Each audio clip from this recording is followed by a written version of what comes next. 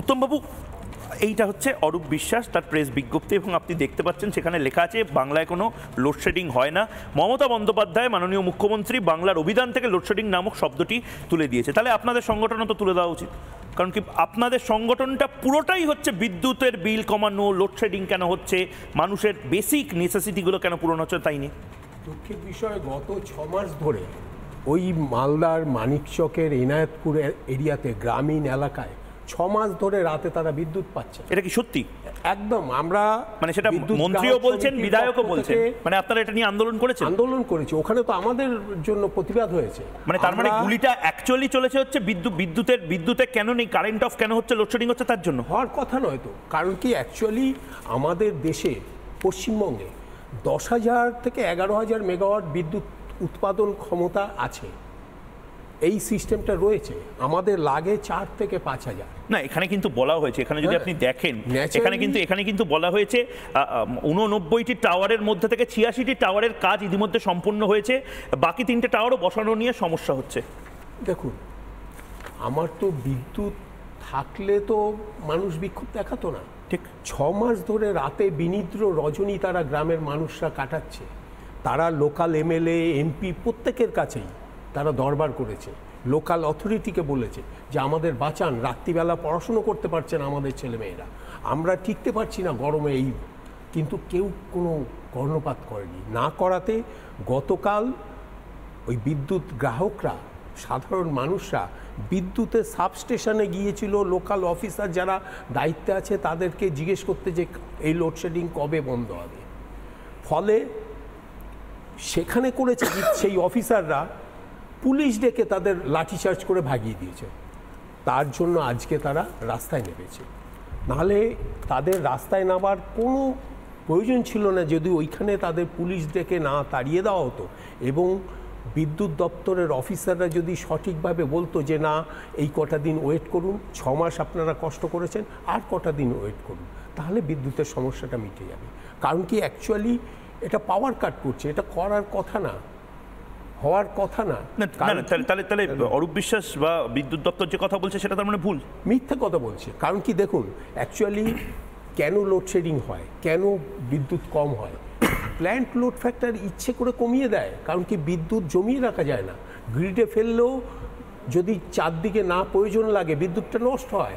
তার জন্য আমার যা প্রয়োজন তার থেকে কম উৎপন্ন করার জন্য প্ল্যান্ট লোড ফ্যাক্টর কমিয়ে রেখে ওটা কম উৎপাদন করা হয়। This is the cause. এটা বামফ্রন্ট আমলে আমাদের যে শঙ্কর সেন, যে বিদ্যুৎ মন্ত্রী ছিলেন, তিনি তো ইঞ্জিনিয়ার ছিলেন, ইলেকট্রিক্যাল ইঞ্জিনিয়ার, তিনি ধরতে পেরেছিলেন এবং তিনি প্রথম পদক্ষেপ নেন যে না, লোডশেডিং হতে পারে না। কারণ কি সাধারণ মানুষ, বিদ্যুৎ হচ্ছে একটা পরিষেবা, 1948 সালের আইনে সেখানে ঘোষিত। কিন্তু বাম আমলেই তো সবচেয়ে বেশি বলা হতো লোডশেডিং। লোডশেডিং কাটিয়ে যখন শঙ্কর সেন মন্ত্রী হলেন তখন কিন্তু লোডশেডিংটা আস্তে আস্তে চলে গেল। কারণ কি উনি যেহেতু ইলেকট্রিক্যাল ইঞ্জিনিয়ার, উনি বুঝতে পেরেছিলেন যে এই বিদ্যুৎটা পিএলএফ কমিয়ে রেখে কম উৎপন্ন করে সাধারণ মানুষকে কষ্ট দিয়ে এরা প্রফিট করছে, প্রফিটটাকে অ্যাসিওর করছে। কারণ কি বিদ্যুৎ তো পরিষেবা, ওটা তো প্রফিটের নয়, ওটা পণ্য নয়। অথচ তারপরে বিদ্যুৎ আইন 2000, তারপরেও আমি উত্তমবাবু আপনার কাছে একটা জিনিস জানার চেষ্টা করবো। এটা নিয়ে লাগাতার বিরোধী দল বা যারা রাজনৈতিক দল আছে তারাও আন্দোলন করছেন, বিদ্যুতের দাম এত বেশি কেন? মানে গোটা ভারতে বাংলায় নাকি বিদ্যুতের সবচেয়ে বেশি টাকা আমাদের দিতে হয়। দেখুন, এটা কি ঠিক? অবশ্যই। এই তো আমার কাছে চার্ট আছে, মানে দিল্লি, বোম্বে, মানে আমাদের বাংলায় সবজির দামও বেশি, বিদ্যুতের দামও বেশি, তারপর পেট্রোলের দাম। এই তো চার্ট, সেটাই কি লেখা চার্টে?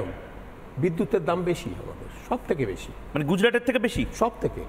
নরেন্দ্র মোদীর গুজরাটের থেকে দাম বেশি? সব থেকে বেশি। কেজরিওয়ালের দিল্লি থেকে দাম বেশি? সব থেকে বেশি। আমি মানে একনাথ শিন্ডের মহারাষ্ট্র থেকেও দাম বেশি?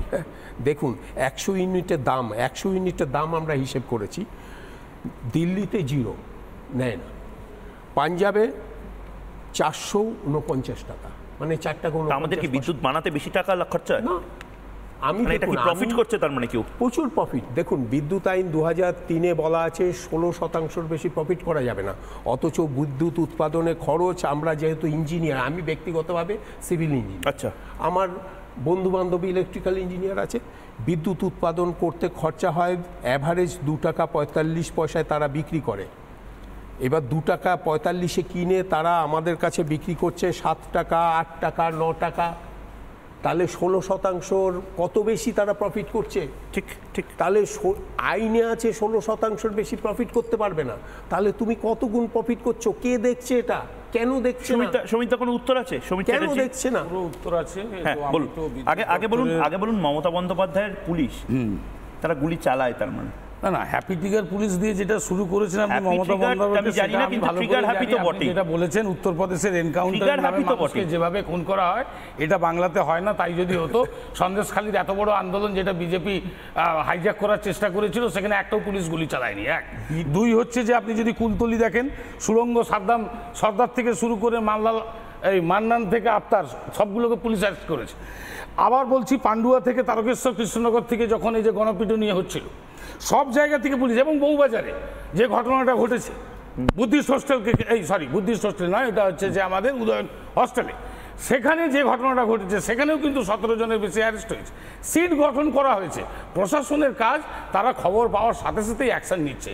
নিশ্চয়ই ইন্টেলিজেন্স সেখানে আরো কাজ করবে, এবং সবাই এর থেকে সংবাদ মাধ্যম আপনাদেরকেও ধন্যবাদ, আপনাদেরকেও ধন্যবাদ।